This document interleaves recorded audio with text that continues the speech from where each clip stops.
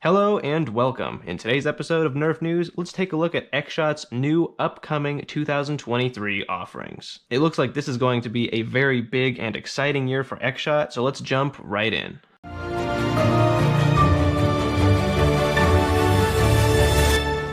Up first, we have the XShot Lock Blaster. Now, to me, this thing actually looks very interesting, but not for its advertised gimmick. Now, its gimmicky feature I don't really care about. You can use the pin code on the side to lock this blaster up. Nerf did a very similar thing with the Codebreaker crossbow from the Rebel line. I'm sure there'll be people who really like this feature, but it's just not for me personally. Now, the actual thing that I find really cool about this blaster is that it's an 8-dart cylinder blaster. It includes 16 darts, so double your darts, but it is actually lever action. This will be XShot's first lever action blaster. It looks like we have a sling mount at the back of the handle. I really like the form factor. Hopefully, we'll be able to prime this with one hand like a sling fire. So far, besides the locking gimmick, this actually looks very compelling. Next up, we have this picture, and I know there is a lot going on, but let's start at the top.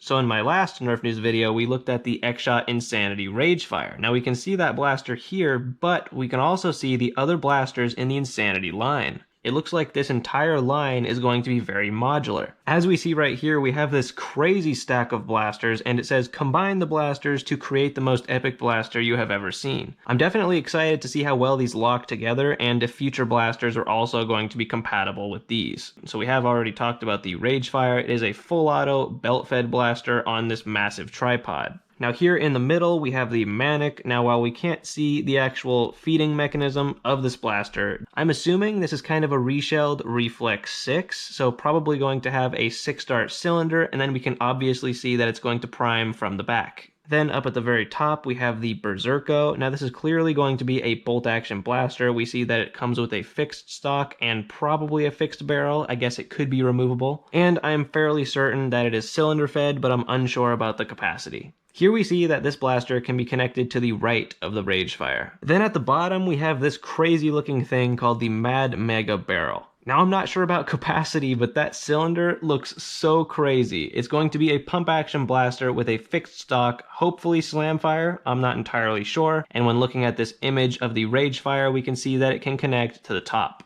I'm still most excited for the Ragefire. It looks absolutely phenomenal to me. I really like the idea of this tall tripod and the belt-fed full auto goodness that it's going to bring. So hopefully that one turns out good. I think the Mad Mega Barrel looks super interesting, maybe not super practical compared to the Turbo Advance because that cylinder is just massive, but still I think it'll be worth trying. The Manic looks alright, but I think it's pretty much going to be a Reflex 6 reshell. And then the Berserko might be interesting. It reminds me a lot of the Nerf Elite 2.0 Eagle Point, so we'll see how it compares. Now we're going to move to the bottom of the page where we get the reveal of XShot's new line, Hyper Gel. First off, I will say I'm not the biggest fan of the name here. I feel like there's going to be some association between this and Hyper, and then saying Gel also is just going to make things a little confusing for the general consumer. But as the name does suggest, these are actually gel blasters. As far as capacity, rate of fire, and FPS, I have no idea. This is really the only information I have on these right now, and it's early speculation. It looks like the smallest one is called the Clutch. Now, by the looks of the front of the blaster, that may be a pump grip, so this one might be a Springer. And then clearly we see a magazine at the bottom. It looks like the middle blaster is called the Trace Fire. Now this one I assume is going to be full auto, but again, I have no way to really tell.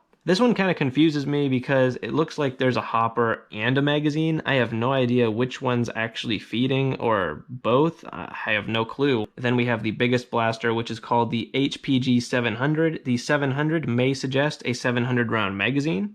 I definitely assume this one is full auto, but again, I have no way to really tell. I know not everybody's a fan of these gel blasters, but I do really like the styling on all three of these, and they have really nice silhouettes as well. I'm excited to see if these have any qualities that set them apart from the other gel blasters. Now, let's talk about something really exciting.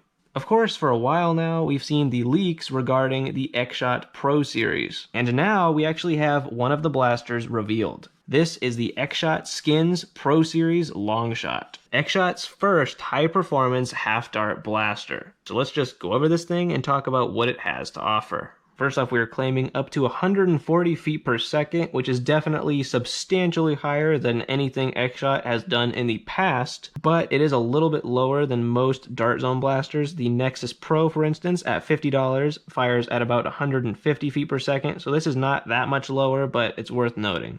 And of course, we don't actually have the blaster in hand, so we haven't tested that. It could very well hit higher. It looks like the blaster has a tactical rail up on the top, and it's including 2 different sights. We have some sling mounts, we have the magazine in the back. This blaster is going to be full-length and half-length dart compatible, and the included half-dart and full-length magazine hold 20 darts respectively. As we can tell from these images, this blaster is going to be bullpup, which is awesome because Dart Zone has not made a bullpup pro blaster. Something else really awesome about this thing is that it's going to have slam fire. Not too many high-performance blasters have slam fire, so this is a very cool feature to get. Now, considering the way this blaster is decoed, it's hard to tell what is a button and what is just paint.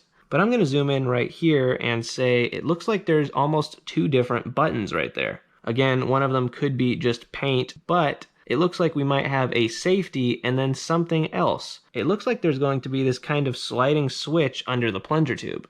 Could this blaster have different power levels that could be changed with this switch? That would be really awesome, but at this point it is all speculation. Speaking of the plunger tube, I'm not entirely sure how this blaster is going to work, because the magazine is behind the plunger tube, so I'm assuming when you prime it, a dart somehow gets carried to the front. I'm really curious to see what that mechanism looks like and how well it's going to work. I'm glad we finally have a good look at XShot's Pro line. They're bringing a unique design language to the table, and overall, this thing looks very solid. With the information we have right now, this blaster is supposed to be retailing for around $40 US. That puts it at the same price point as the Dart Zone Conquest Pro and $10 under the Nexus Pro, which is extremely competitive. This thing should be hitting the shelves sometime this summer. And that is all the news I have for today. Thank you very much for watching. I would love to hear what you are most excited about. Stay tuned for more Nerf news before the summer hits, and happy blasting.